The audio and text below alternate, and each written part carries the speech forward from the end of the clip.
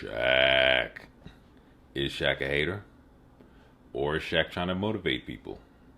We are going to dive all into that today.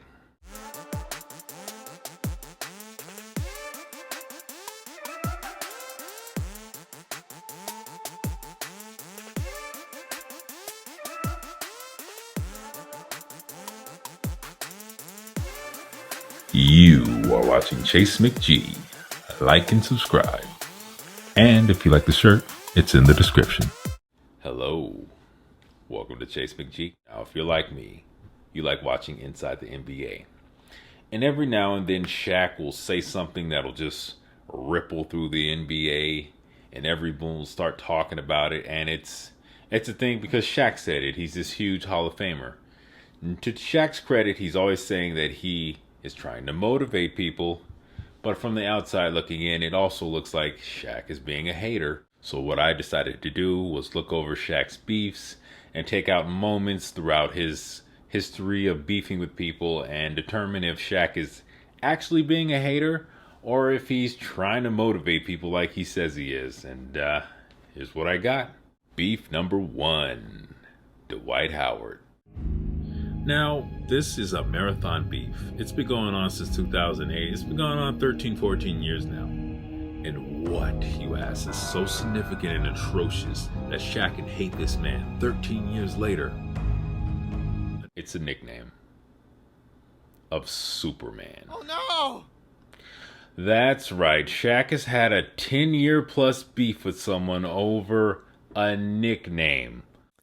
Now, Dwight Howard entered the dunk contest, and he did a whole Superman-themed dunk, and the beef was on. That's like, being upset at someone who took the name Mickey Mouse from you. It's just like Superman's a worldwide icon. Everyone knows what the S symbol represents, so it's kind of weird that a grown man is upset at another grown man for taking the name Superman from him. When Dwight Howard came into the league, he was the next big man up. He started becoming the center of the NBA, and Shaq's career was kind of on the tail end at this moment. And so he was kind of taking Shaq's spot as the number 1 center. And he also got drafted by Orlando like Shaq did. It was a little close to home. So when Dwight Howard ended up taking the name Superman, it really stung because it was like he was coming for Shaq. When you're a kid, it's fine to think that you're Superman. I know when I was 5, I had this pair of Superman pajama. And I used to zip around my house in these pajamas thinking I was Superman. And there was nothing you could tell me. And that was absolutely dope. Because I was 5. As an adult male, we're out here. We're paying our taxes. We're worried about our health insurance.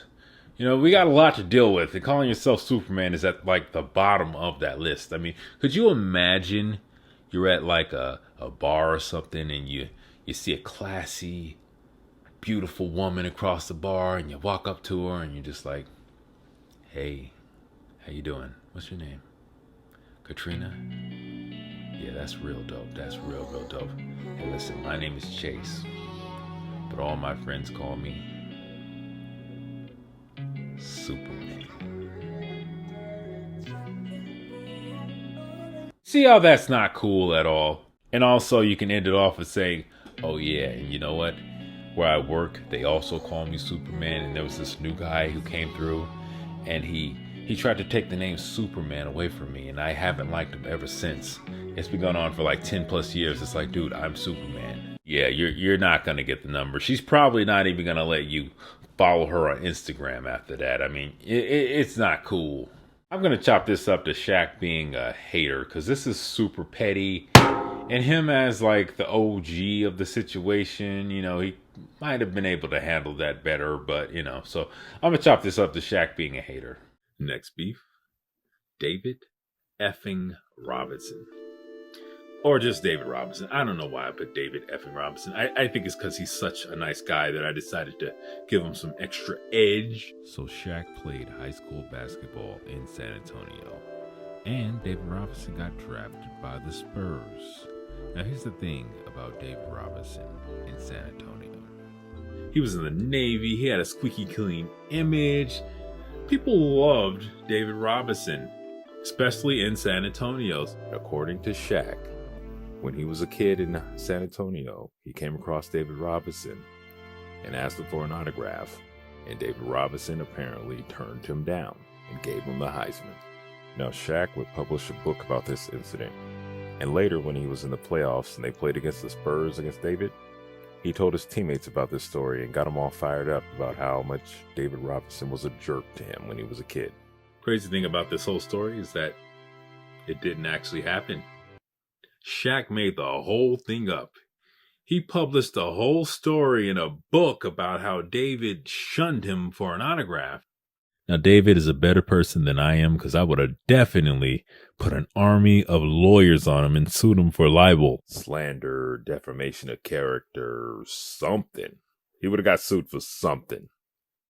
Now, later on, Shaq did apologize, and he said he was a little upset when David Robinson came to San Antonio because it kind of took the shine away from him in terms of basketball in San Antonio.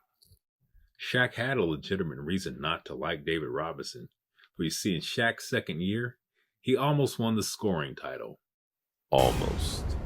If you notice, I said almost won the scoring title. For you see, that year in particular, Shaq was ahead in terms of points. And it looked like he was about to win the scoring title. And David Robinson was number 2 in terms of points. And it came down to the last game of the season, and David Robinson decided to say, you know what? I'm just going to gracefully bow out and let the young guy have the scoring title. No, that's not what David did. And this is why I said David effing Robinson. Because David effing Robinson decided to be an absolute savage at the end of the season. And he scored 71 points. 71 points in one game. Oh, David got that scoring title. Just snuck up and took it away from Shaq. David was just like, yeah, this L's getting a little heavy. Could you take this off my hands?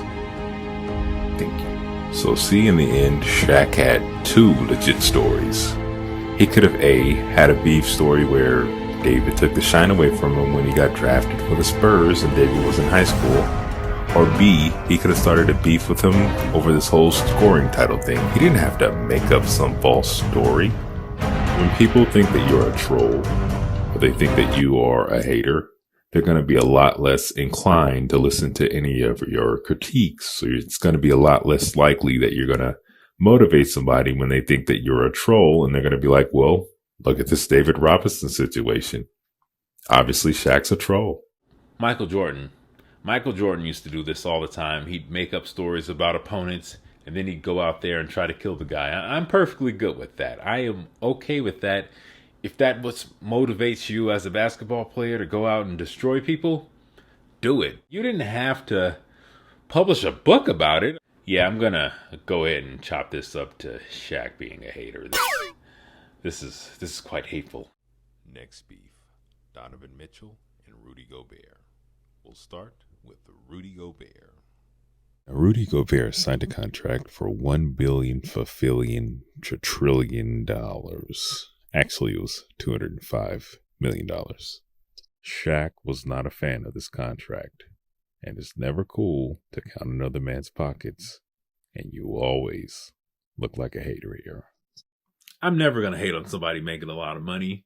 You know, if they're going to pay you that much, take it. I mean, whether or not he deserved it, I mean, that's a huge debate amongst NBA people. And a lot of people agreed with Shaq that, like, Rudy didn't deserve that because he doesn't score a ton of points. Now, to the people that agree that he's overpaid, what you got to realize is that he plays for Utah. And the thing about Utah is that it's Utah. I mean, no disrespect to Utah.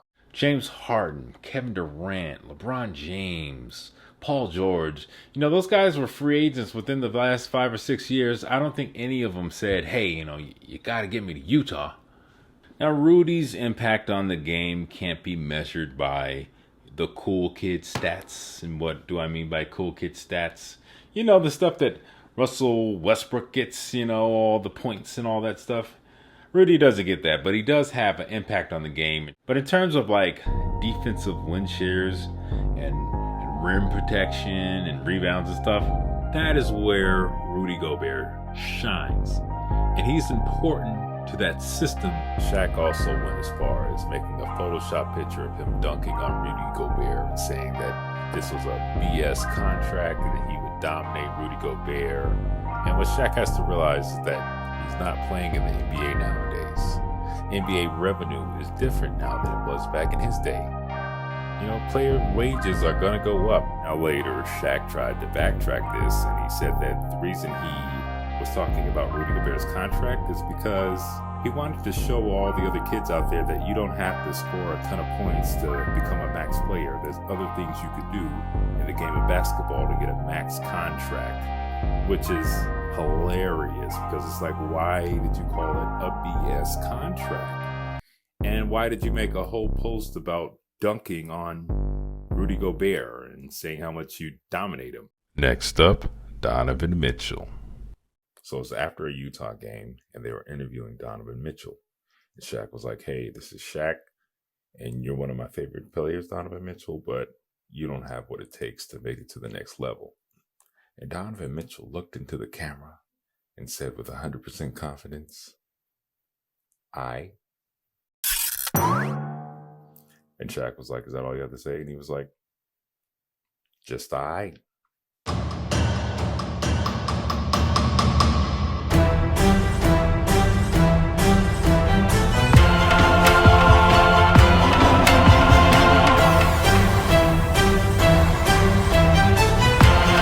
That was muy caliente burn right there. It was such a great answer, and I'm no expert on body language, but I could tell Shaq was a little perturbed by Donovan Mitchell having the nerve to tell him, the big NBA legend, It was kind of like he said F you without saying F you. You know, sometimes you got to use your imagination, you know, and sometimes saying F you is just too easy. And you can really burn someone sometimes by not saying F you, but going a roundabout way of saying it. See, this is actually how Shaq operates. He's a person that thrives off of negative reinforcement. There was one time when Kareem Abdul-Jabbar was talking about him, and he was like, yeah, Shaq's good, but he hasn't done nothing. Because at that time, Shaq had not won any championships or anything like that. And Shaq said that helped motivate him to win championships. He always talked about how he needs people to motivate him in a negative way. I think he thought that if he gave Donovan Mitchell something negative, that this would motivate Donovan Mitchell. And it had the exact opposite effect. And Shaq didn't know how to respond to that. I think Shaq wanted Donovan to just be like, thank you, Shaq. I humbly accept you taking a dump on me on nationwide TV. And please, sir, may I have some more? And after the Donovan Mitchell interview, Shaq tried to say that he was trying to motivate them. The Jazz ended up winning 12 out of 13 games. And Shaq was like, you're welcome. It was like he was taking credit for the Jazz winning. He was saying the reason why the Jazz were winning is because I criticized Donovan Mitchell and I motivated him. The fact that he said I in an interview to Shaq proves that he does not care. And Rudy Gobert has never even had a clap back to the whole Shaq situation. Well, there was that time recently when Rudy was talking about Shaq and he said, I would have locked his up on Twitter. It's like, come on, Rudy. No one's believing that. No one who's ever watched basketball before is going to believe that you are going to do anything with Shaq. Anything. These guys do not care. They're not sitting around pregame like, oh my God, we got to go prove Shaq wrong. Guys, let's not win for each other. Let's not win because we're competitive.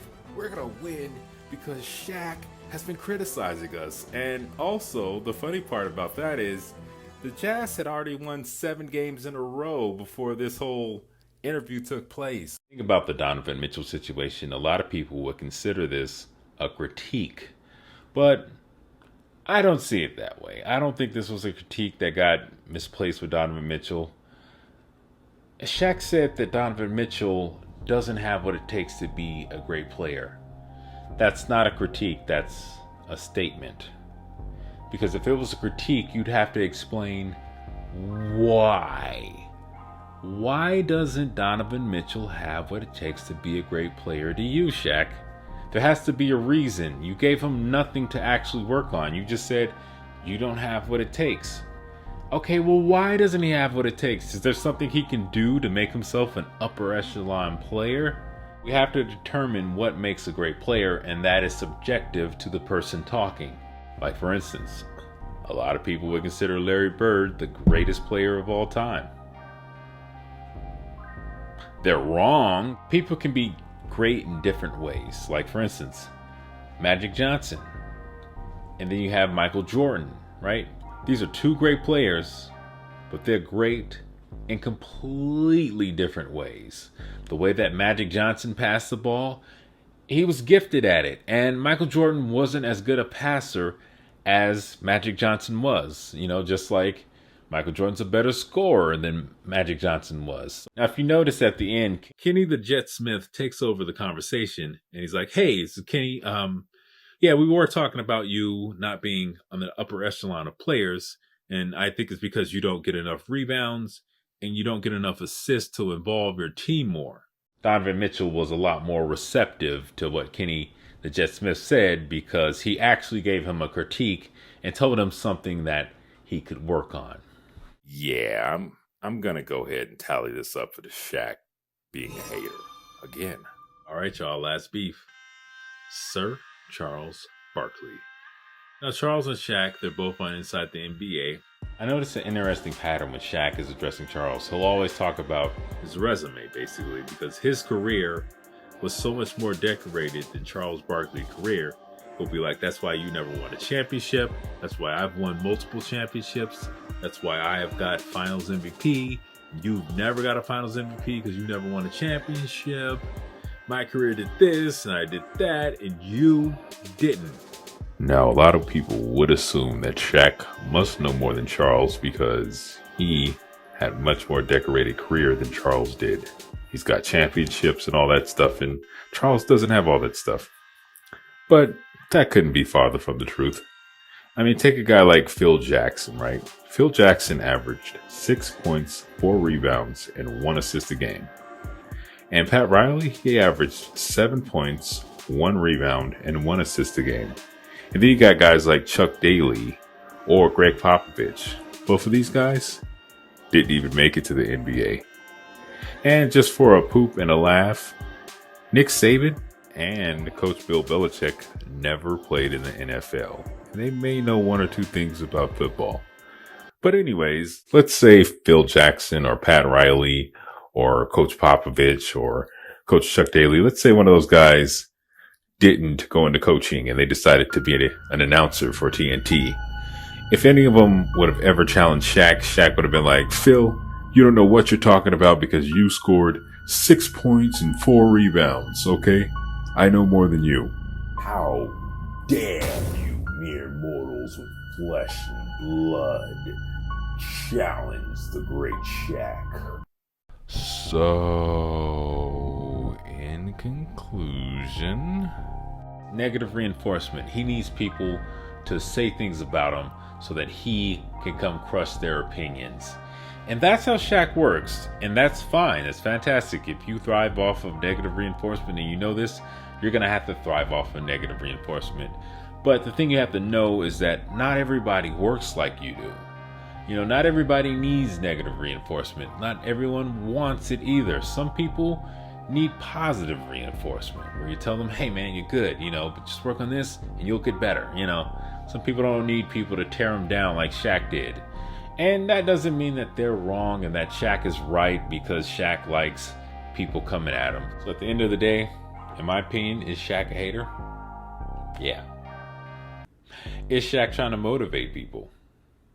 Yes, I think this is one of those times when 2 things can be true. I think Shaq is trying to motivate people, but it's in his own Shaq way. And he doesn't realize that he's coming off as a hater because he has to like tear people down a lot of times. So anyways, I'm gonna wrap this up now. If you've made it this far, you know, thank you. You know, if you want to, just go ahead and drop a like right there, or don't drop a like, because I'm not passive aggressive. Anyways, till next week, man, thank you